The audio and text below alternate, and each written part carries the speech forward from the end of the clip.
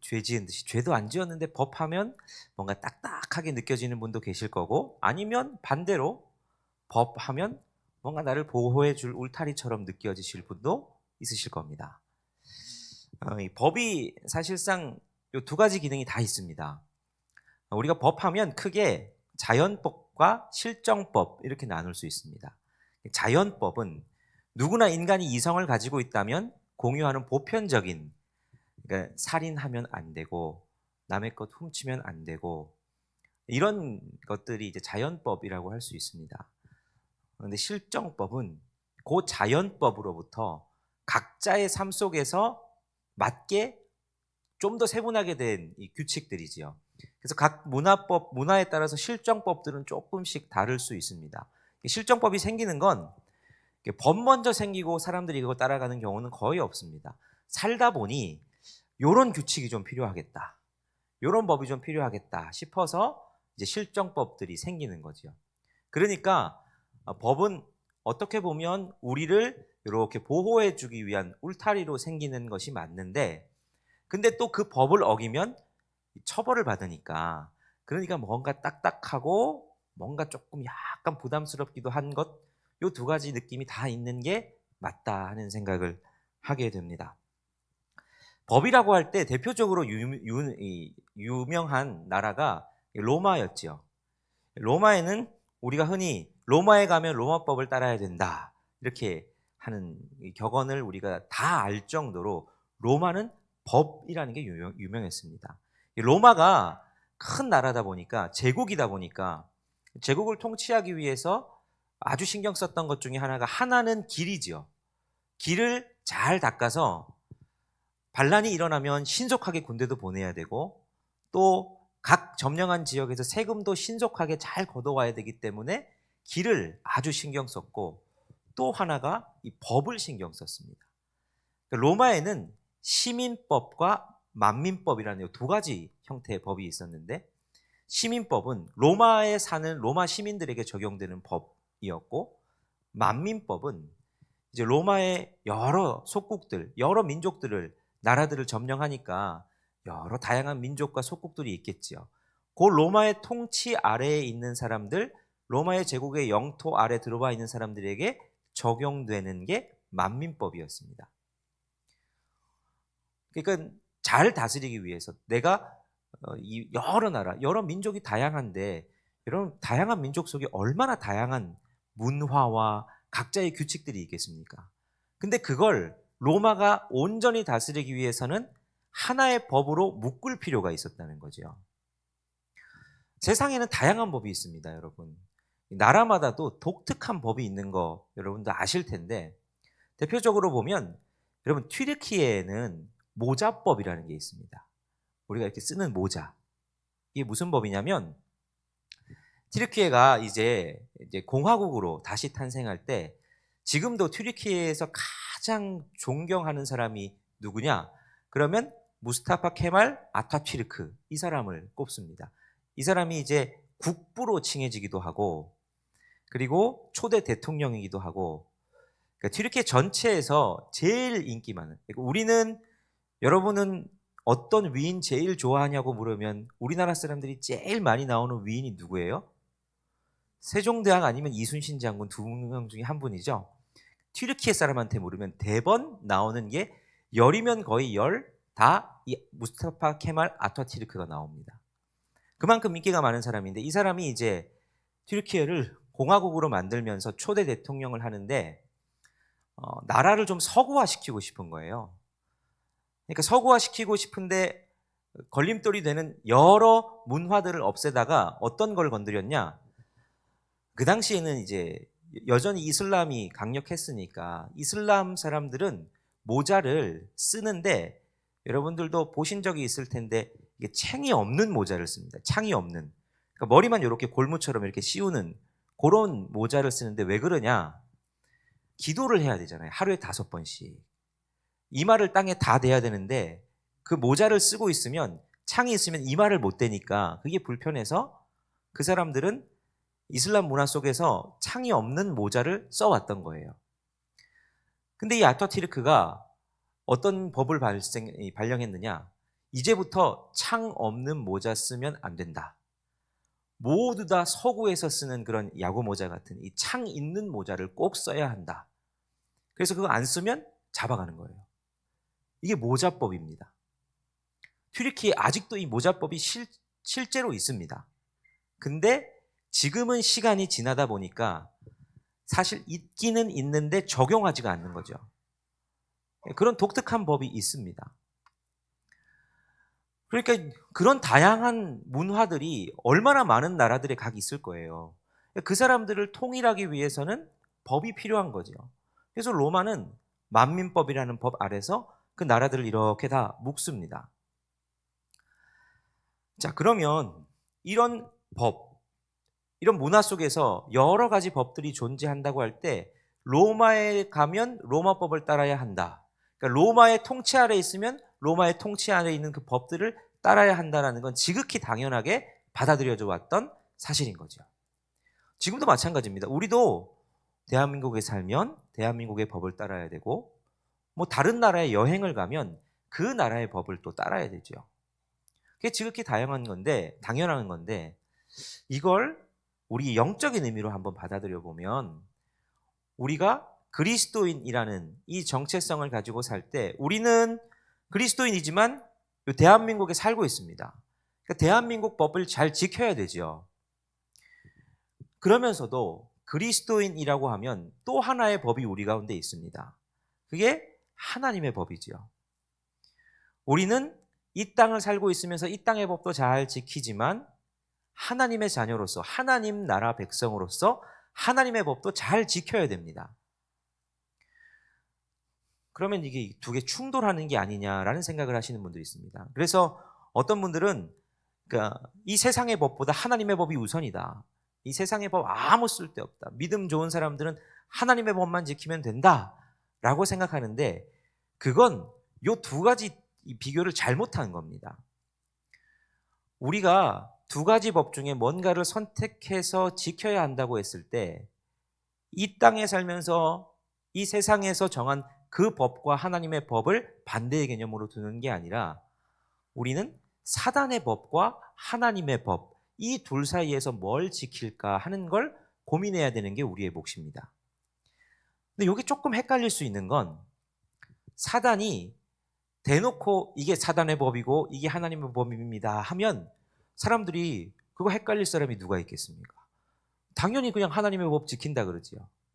사단이 교묘하게 이 세상의 법이나 아니면 가치관 아니면 문화 이런 모습으로 변해서 이 세상 속에 싹 녹아서 우리를 유혹합니다. 우리가 그 법을 지키지 않으면 안 될 것처럼 우리를 가두기도 하고 유혹하기도 하고 붙잡아 맵니다. 그래서 우리는 사단의 법이 이게 사단의 뜻이냐 아니냐를 하나님의 법을 지킬 것이냐 사단의 법을 지킬 것이냐를 굉장히 신경 쓰지 않으면 자칫하면 그냥 나는 이 세상의 질서를 그냥 잘 따라가는 사람들인 양 그렇게 따라갈 수가 있지요. 성경에서도 그렇게 예수님을 공격한 적이 있습니다. 예수님한테 가가지고 예수님한테 이렇게 묻죠. 가이사에게 세금을 내야 됩니까? 안 내야 됩니까? 묻습니다. 그러니까 내라 그러면 이 사람은 이스라엘 민족을 배신한 사람이라고 몰아붙이려고 그러는 거고 가이사에게 세금 안 내야지 하면 신고해서 반역자로 신고하려고 지금 예수님을 궁지에 모는 거죠. 그때 예수님이 하신 유명한 말씀이 뭡니까? 가이사의 것은 가이사에게 하나님의 것은 하나님에게 이렇게 말씀하시죠. 그러니까 우리가 분별해야 될 건 그냥 무조건 세상적인 것과 하나님의 것 이걸 구분해야 되는 것이 아니라 그 세상 속에서 하나님의 법과 하나님의 법을 거스리는 사단의 법이 뭔지를 우리가 구분하며 살 줄 아는 그런 능력이 우리 가운데 있어야 되는 겁니다. 요즘 직장 문화가 많이 바뀌었다고 하지만 옛날에는 참 술자리 때문에 특별히 제가 청년부 할 때 보니까 청년들이 그런 고민 정말 많이 했습니다. 직장 생활하면서 회식 자리에 가면 술을 마셔야 되냐 말아야 되냐 상사가 주는데 이거 안 마시기도 그렇고 근데 또 마시면 내가 이거 신앙 가진 사람으로서 마셔도 되나 하는 고민이 많이 들었죠. 요즘에는 뭐 해식 문화가 많이 바뀌었다고 하지만 요즘에도 뭐 그런 것들 있을지 모르겠습니다. 그런 것들이 대표적으로 그런 겁니다. 사람들은 자연스럽게 그렇게 술을 마시고 합니다. 근데 나는 신앙 때문에 안 마신다고 했을 때 여기서부터 오는 이 괴리와 그리고 그것으로 말미암아 내가 그걸 선택했을 때 오는 불이익, 이런 것들이 우리의 늘 삶에서 우리를 부딪히게 하고 괴롭히는 겁니다. 자, 오늘 본문은 약간 그런 것의 연장선에 있다라고 볼 수가 있습니다. 오늘 본문은 출애굽기 내용인데 배경이 이렇지요. 창세기가 끝나자마자 출애굽기가 시작되는데 갑자기 이스라엘 백성들은 노예 상태로 등장을 합니다. 창세기가 끝날 때까지만 해도 이스라엘 백성들의 신분은 애굽의 총리의 가족으로 아주 특권층처럼 땅도 사사받고 거기서 모여 살 수 있는 여러 좋은 입지 조건들을 다 가지고 아주 특권층처럼 창세기가 마무리되는데 출애굽기를 시작하자마자 갑자기 이 사람들이 노예가 되어 있습니다. 이게 이해가 잘 안 가죠. 왜 갑자기 그러면 이스라엘 처지가 이렇게 바뀌었냐 하면 이게 역사적 배경이 있습니다. 애굽의 왕조가 바뀌었기 때문입니다. 요셉이 애굽에서 총리로 있을 때에는 그 왕조가 소위 말해서 인종이 셈족의 왕조였습니다. 근데 야곱의 자손들도 요셉도 그렇고 이게 다 셈족 계열이거든요. 근데 애굽의 왕조도 그 당시에 셈족 왕조가 있었습니다. 그러니까 셈족으로 같은 셈족으로서 요셉의 가족들을 받아들이는 게 애굽으로서는 별로 어렵지 않고 자연스럽습니다. 근데 문제는 갑자기 이 왕조가 반란이 일어나서 바뀌게 됩니다. 그래서 함족의 왕조로 바뀌게 되죠. 그러니까 함족의 이 왕이 애굽의 왕이 돼서 딱 보니까 이스라엘 민족은 자기들과 인종이 다른 민족이 다른 종족들이거든요. 그리고 전 왕조와 같은 종족이니까 자연스럽게 이 이스라엘 민족을 박해하기 시작한 겁니다. 그러면서 언제 이 사람들이 왕성해지고 반란을 일으키고 또 셈족 왕조와 결탁해가지고 어떻게 될지 모르니까 이 사람들을 노예로 삼고 학대하면서 점차 그게 심해져 가는 거지요. 그러면서 오늘의 일이 발생하는 겁니다. 오늘의 일이 어떤 일이냐? 오늘 본문에 15절, 16절에 이렇게 설명을 하고 있죠. 우리 같이 한번 읽어보겠습니다. 시작. 애굽 왕이 히브리 산파 십브라라 하는 사람과 부하라 하는 사람에게 말하여 이르되 너희는 히브리 여인을 위하여 해산을 도울 때에 그 자리를 살펴서 아들이거든 그를 죽이고 딸이거든 살려두라. 자, 히브리 민족, 그러니까 이스라엘 민족을 보니까 이스라엘 민족이 정말 말도 안 되게 인구가 폭발적으로 증가하는 겁니다. 학자들도 이스라엘의 인구 증가 속도는 불가사의하다 그럽니다. 어떻게 그렇게 적은 숫자가 한 400년, 많게는 430년 만에 그만큼 많은 숫자로 불어날 수 있는지 학자들은 설명을 할 수 없다. 이렇게 이야기까지 합니다. 그러니까 애굽의 왕이 얼마나 위협이 되겠습니까? 숫자가 그렇게 기하급수적으로 불어나니까 심지어 지금 이제 어떤 일을 하는 겁니까? 히브리 산파들을 부르는 거죠. 그러니까 자기 손에 피를 묻히기는 싫고 산파들을 불러서 태어나서 아들이면 죽이고 딸이면 살려둬라. 아들은 남자는 특히 이 전투력, 군사로서 사용될 수 있으니까 그렇게 명을 내리는 겁니다. 이게 지금 이제 이스라엘 백성들에게 닥친 상황인 거죠. 자, 그러면서 오늘 본문의 주인공이라고 할 수 있는 이 십브라와 부하는 이제 선택을 해야 됩니다. 자, 왕이 명령을 내렸습니다. 애굽의 왕. 애굽의 왕은 당시의 신입니다. 신. 신의 아들로서, 신 자체로서, 이 태양신의 후예로서 인정받는 이 애굽의 왕. 그 왕이 내린 명령은 곧 애굽의 법입니다. 자, 그러면 애굽의 법을 따라야 되는 지금 애굽에 사는 십브라와 부하는 그 애굽의 법을 따라야 되는 몫이 있죠. 그런데 이들은 하나님을 믿습니다. 하나님을 섬기는 민족이죠. 하나님께서 원하시는 것은 뭐냐? 하나님은 이미 아브라함을 불러올 때부터 아브라함에게 예언을 했습니다. 내 자손들을 애굽에서 내려가게 하겠고 그리고 큰 민족을 이루어서 다시 오게 할 거라고. 그게 하나님의 계획에 있습니다. 이게 하나님 계획이죠. 그러니까 하나님의 뜻은 뭐냐? 이스라엘 민족이 번성하는 겁니다. 바로 애굽 왕 바로의 뜻은 뭡니까? 이스라엘 민족이 쪼그라드는 겁니다. 그래서 이 두 법, 두 뜻이 부딪힙니다. 이게 부딪힐 때 시브라와 부하는 뭘 선택합니까? 우리가 이미 잘 알듯이 오늘 본문을 읽었듯이 애굽 왕 바로의 명령이 아니라 하나님의 명령을 선택합니다. 하나님의 뜻을 선택하지요. 여러분 이게 쉬운 거겠습니까? 여러분 같으면 어떻게 하시겠습니까? 이게 그냥 단순히 읽고 지나가기에는 괜찮은데 여러분 이거 굉장히 어려운 거죠. 그러면 시브라와 부하는 어떻게 이런 선택을 할 수 있었을까? 오늘 이 본문을 통해서 하나님은 우리에게 어떤 걸 요구하시는 걸까? 뭘 알기를 원하시는 걸까? 살펴보면 첫 번째로 누구를 두려워하는가가 선택의 기준이 된다 하는 사실을 우리에게 알려주십니다. 누구를 두려워하는가가 우리 인생의 선택의 기준이 되더라는 거죠. 자, 오늘 본문 17절 말씀을 우리 다시 한번 같이 읽어보겠습니다. 시작. 그러나 산파들이 하나님을 두려워하여 애굽 왕의 명령을 어기고 남자 아기들을 살린지라. 자, 여기서 뭐라고 말합니까? 산파들이 하나님을 두려워했답니다. 애굽 왕 바로의 명령이 있습니다.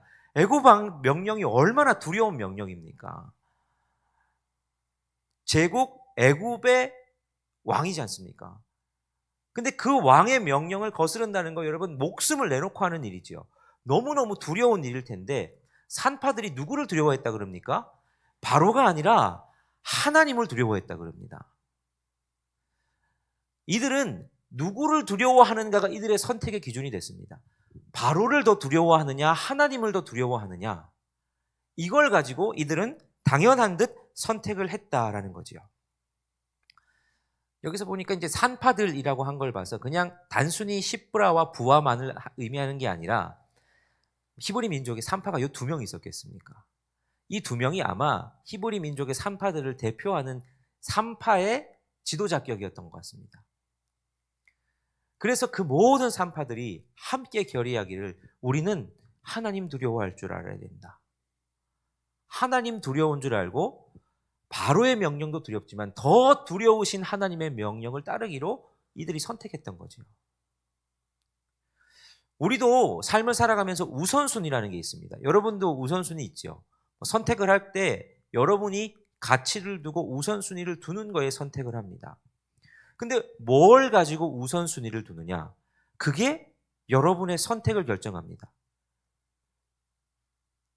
내 노후에 대한 두려움과 세상이 이렇게 변할 때 내가 대책이 없을 것에 대한 두려움, 그게 크면 그걸 기준으로 선택하는 것이고 세상에 다 이렇게 가는데 나만 그렇게 안 가면 도태되는 거 아닌가 싶은 두려움이 크면 그 기준으로 선택하는 것이고 하나님에 대한 두려움이 크면 하나님에 대한 기준을 가지고 선택하는 겁니다. 우리의 선택은 지극히 단순합니다. 내가 뭘 염려하고 내가 뭘 걱정하고 내가 뭘 더 두려워하는가 그게 내 선택의 기준이 되더라 하는 겁니다. 이제 수능 끝나고 우리 수험생 아이들 이제 막 대학 입시 계속 이제 논술도 보고 뭐 실기도 보고 계속 하고 있습니다. 이제 이 아이들이 이제 입시 끝나는데 더 마음이 덜컥하는 분들은 이제 고2에서 고3 올라가는 학부모님들. 아, 이제는 내 차례구나 싶죠. 그럴 때 두렵습니다. 우리 아이들은 어떻게 될까? 이 고3을 어떻게 보내야 될까? 그 두려움 속에서 우리는 선택을 합니다. 자녀들을 주일에 학원 보충하는데 학원에 보내야 되나? 아니면 교회 예배하러 보내야 되나? 요 두 가지 선택지가 있을 때 두 가지 선택지 중에 어떤 선택을 하느냐는 뭐에 따라 달라지느냐? 내 자녀의 미래가 이거 학원 안 보내면 뒤떨어지는 거 아닌가? 세상에서 도태되는 거 아닌가? 그게 더 두려우면 학원에 보내는 거고 아니지. 하나님 잊어버리면 안 되지. 하나님 무서운 줄 알아야지 하고 하나님을 두려워할 줄 알면 예배에 먼저 보내는 겁니다. 여러분 선택의 기준은 지극히 단순합니다. 뭘 더 두려워할 줄 아는가? 그게 우리의 선택의 기준이 됩니다. 그래서 우리가 신앙생활할 때 하나님을 경외하는 것에 대해서 이야기하지요. 하나님을 경외한다는 게 하나님 두려워할 줄 아는 겁니다. 히브리 산파 십부라와 부하는 하나님 경외하는 마음이 있었습니다. 하나님을 두려워할 줄 알았습니다. 그 하나님이 얼마나 능력이 있으시고 그 하나님이 우리가 얼마나 두렵고 떨리며 경배해야 할 분인지 알았기에 십부라와 부하는 너무너무 무섭지만 애굽 왕 바로의 말보다 하나님의 명령을 선택할 수 있었다라는 거죠. 자, 이게 첫 번째로 우리가 알아야 할 사실이라면, 두 번째는 하나님의 법을 따를 때 하나님이 지혜를 주신다라는 사실입니다. 하나님을 두려워하는 것이 우리의 선택의 기준이 된다. 이에 이어서 그렇다면 하나님의 법을 따를 때는 어떤 결과가 일어나느냐? 하나님이 지혜를 주신다. 이게 오늘 본문에서 알려주는 또 하나의 사실입니다. 자, 19절부터 21절까지 말씀을 같이 다시 한번 읽겠습니다. 자, 시작.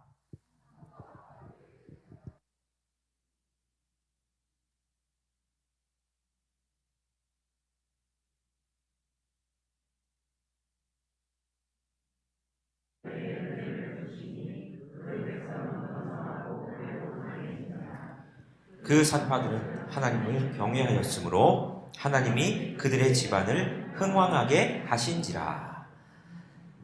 자, 오늘 본문에 보니까 이 히브리 산파들이 다시 바로에게 불려갑니다. 명령을 내렸는데 이 인구 증가 속도가 줄지를 않고 계속 아이들이 증가하니까 왕의 명령이 내렸음에도 불구하고 그 명령이 수행이 안 되니까 이 산파들을 왕이 다시 부른 겁니다. 여러분, 이 산파들의 마음이 어떻겠어요? 왕이 명령을 내렸는데 그 명령을 수행을 안 했거든요. 그 다시 왕 앞에 설 때 마음이 얼마나 두렵고 떨렸겠습니까? 이제 막 그냥 목이 단칼에 달아날 수도 있는 그런 상황 아닙니까? 요런 떨림, 그 왕 앞에서 떨림.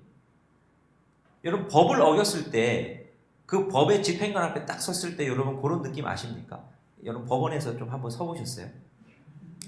저는 법원은 아닌데 그 옛날에 경찰서에 이제 조서를 쓰러 간 적이 있었거든요. 왜 목사가 조서를 쓰러 간다 하실 텐데, 그 이제 외임식 때도 오셨던 목사님 말씀하셨지만 제가 첫 사역했던 교회가 좀 분쟁이 있었잖아요. 그러다 보니까 일들이 많았거든요. 막 분쟁하고 부딪히고 되는 일들, 그 다음에 이렇게 경찰에 그래서 신고하고 막 이런 일들이 있었어요. 이제 그럴 때 그 상황에 대해서 이제 카메라 안에 있는 인물들을 경찰들이 다 불러서 조사하는데 저보고도 오라 그러더라고요. 제가 생전 처음으로 경찰서에 가서 조서라는 걸 써봤거든요. 근데 다행히 저는 이제 뭐 그게 불법 행위를 저지른 그게 아니라 오히려 약간의 피해 쪽이어서 경찰이 어떤 일이 있었는지를 들어보고자 이제 오시라 해가지고 이제 얘기하는데, 그러니까 경찰이 뭐 강압적이지도 않았어요. 아주 신사적으로 잘 해주셨는데도 경찰서에 가서 경찰이랑 막 이 사건에 대해 얘기하니까 죄를 안 지었는데도 불구하고 굉장히 떨리더라고요. 그러니까 이래서 죄 지으면 안 되는구나 하는 생각이 들었는데, 여러분, 죄를 안 지어도 법 집행관 앞에 가서 뭔가 말하려고 그러면 왠지 뭔가 잘못한 것 같기도 하고 두렵기도 하고 떨립니다. 근데 이 시브라와 부하는 지금 애굽 왕 바로의 명령을 어겼습니다. 사실은 죄를 지었죠. 그러니까 이거 잘못하면 정말 목숨이 달아날 수도 있는 상황이거든요. 엄청 긴장되고 머리가 새하얘졌을 겁니다. 어떻게 해야 되나. 그런데 그 바로 앞에 섰을 때에 이들이 뭐라고 말하느냐. 히브리 산모들은 애굽 사람들하고 너무 달라가지고 이 사람들이 너무 건강하고 건장해서 애 낳는다 하는데 우리가 달려가는데 이미 낳고, 그래가지고 다 애기 안고 있어가지고 우리가 죽일 수가 없었다, 이렇게 얘기를 하는 겁니다. 근데 이게 먹혔습니다. 왜냐하면 그 뒤에 이들이 죽었다는 말이 나오는 게 아니라 하나님께서 이들에게 복을 주셔서 21절에 보니까 그들의 집안을 흥왕하게 하셨다라고 나오죠. 하나님께서 지혜를 주신 겁니다. 하나님께서 바로의 명령을 어기고 정말 자칫하면 죽을 수 있는 그 상황에서 그들이 말을 할 수 있도록 그 입술에 말을 넣어주신 거지요. 그리고 그걸 바로가 고지곳대로 믿게 하십니다. 우리는 하나님의 법을 선택하면 세상의 법, 그걸 어긴 것 때문에 뭐 잘못되고 끝날 것 같이 생각될 수 있는데, 그 두려움 때문에 하나님보다 세상을 더 두려워할 수 있는데, 오늘 본문에 보니까 하나님은 어떻게 하시느냐? 그렇더라도 하나님께서 지혜를 주셔서 그 모든 위기를 이기게 하시더라 하는 걸 우리에게 보여주시는 거죠. 근데 여기서 더 나아가서 중요한 건 뭐냐? 그들에게 지혜를 주셔서 위기를 넘긴 것도 좋지만, 그들이 하나님의 뜻을 따르기 시작하자 20절에 어떤 일이 일어나게 하십니까? 하나님이 그 산파들에게 은혜를 베푸시니 그 백성은 번성하고 매우 강해지니라. 하나님의 뜻이 이루어집니다. 하나님의 법, 하나님의 뜻을 내가 선택합니다 라는 사람들이 세상을 두려워하지 않고 하나님 두려워하고 하나님의 법을 선택하자 하나님의 뜻은 애굽에서 이스라엘 백성들을 마치 인큐베이터에 잘 넣어서 아이를 잘 키우듯 애굽에서 잘 가뭄과 기근과 여러 어려움 그 속에서도 이스라엘 민족을 번성하게 하셔서 큰 민족을 이루어 출애굽하게 하시는 거, 그리고 가나안 땅에 들이게 하시는 거, 이게 목표인데 그 하나님의 뜻이 이루어지더라 하는 걸 우리가 보는 거죠. 세상을 두려워하지 아니하고 하나님을 더 두려워하는 사람이 하나님의 뜻을 선택하자 하나님께서 그들에게 지혜 주시고 그들의 집을 축복하신 것을 넘어서서 그것보다 더 중요한 것이 무엇이냐? 하나님의 뜻이 이루어지더라는 겁니다. 하나님의 뜻, 이스라엘 백성들의 번성, 그걸 하나님을 선택한, 하나님을 두려워할 줄 아는 사람들을 통해서 이루어 가신다 하는 것을 오늘 우리에게 보여주고 계십니다. 그리고 오늘 하나님은 우리에게 물으십니다. 자, 너희는 어떤 법을 선택할래? 너희는 이 세상에 사단이 여러 가지 주무르고 있는 그것들, 그 두려움에 묶여서 세상의 법들을 선택하겠냐? 아니면 하나님의 법을 선택하겠냐? 너희는 누구를 더 두려워하겠냐? 오늘 우리에게 그걸 물으시는 거죠. 영화 베테랑에 나오는 유명한 대사가 있습니다. 주인공 황정민이 부패 경찰에게 말하는 거죠. 우리가 돈이 없지 가오가 없냐? 얘기를 합니다. 부패한 경찰들은 이제 돈을 보고 뇌물을 받고 그것이 자기의 삶을 책임져 줄 거라고 생각하는데, 그들을 향해서 주인공은 우리가 돈이 없지 가오가 없냐? 여러분, 이거 신앙생활에 적용하면 이거 놀라운 신앙 고백입니다. 그리스도인이 세상을 향해서 외치는 거죠. 우리가 돈이 없지 그리스도인으로서 가오가 없냐고. 조금 건강이 없을 수 있지만 우리가 그리스도인으로서 가오가 없냐고. 그렇게 우리를 두렵게 하는 세상을 향해서 외칠 수 있으면 하나님이 정말 기뻐하시는 신앙 고백이 되는 겁니다. 우리가 이런 고백할 수 있었으면 좋겠습니다. 세상이 우리를 두렵게 할 수 있습니다. 우리의 자녀를 걸고 넘어질 수도 있고, 우리의 앞길과 미래를 걸고 넘어질 수도 있고, 우리의 가정이나 내 노후나 여러 가지 내가 계획하는 사업과 내가 구상해왔던 수많은 가치를 두는 것들을 가지고 우리를 위협할 수 있습니다. 너 이거 안 선택하면 이거 뺏길 텐데 괜찮아? 그때 내가 돈이 좀 없지, 내가 건강이 좀 없을 수 있지, 내가 가오가 없냐고 그렇게 세상을 향해서 말할 수 있으면 하나님이 오늘 시브라와 부하의 모습 속에서 기뻐하셔서 그들을 집을 흥왕하게 하시고 또 그들의 선택을 통해서 하나님의 뜻을 이루신 것처럼 우리의 고백을 통해서 하나님의 일들을 이루어 가실 줄 믿습니다. 그래서 이 세상에서 무엇을 선택할까 했을 때 하나님 두려워하며, 그리고 하나님이 내 인생 책임지실 텐데, 그리고 내가 이거 선택하면 하나님 참 기뻐하실 텐데, 그 마음 가지고 하나님을 선택하는 저와 여러분이 되실 수 있으면 참 좋겠습니다.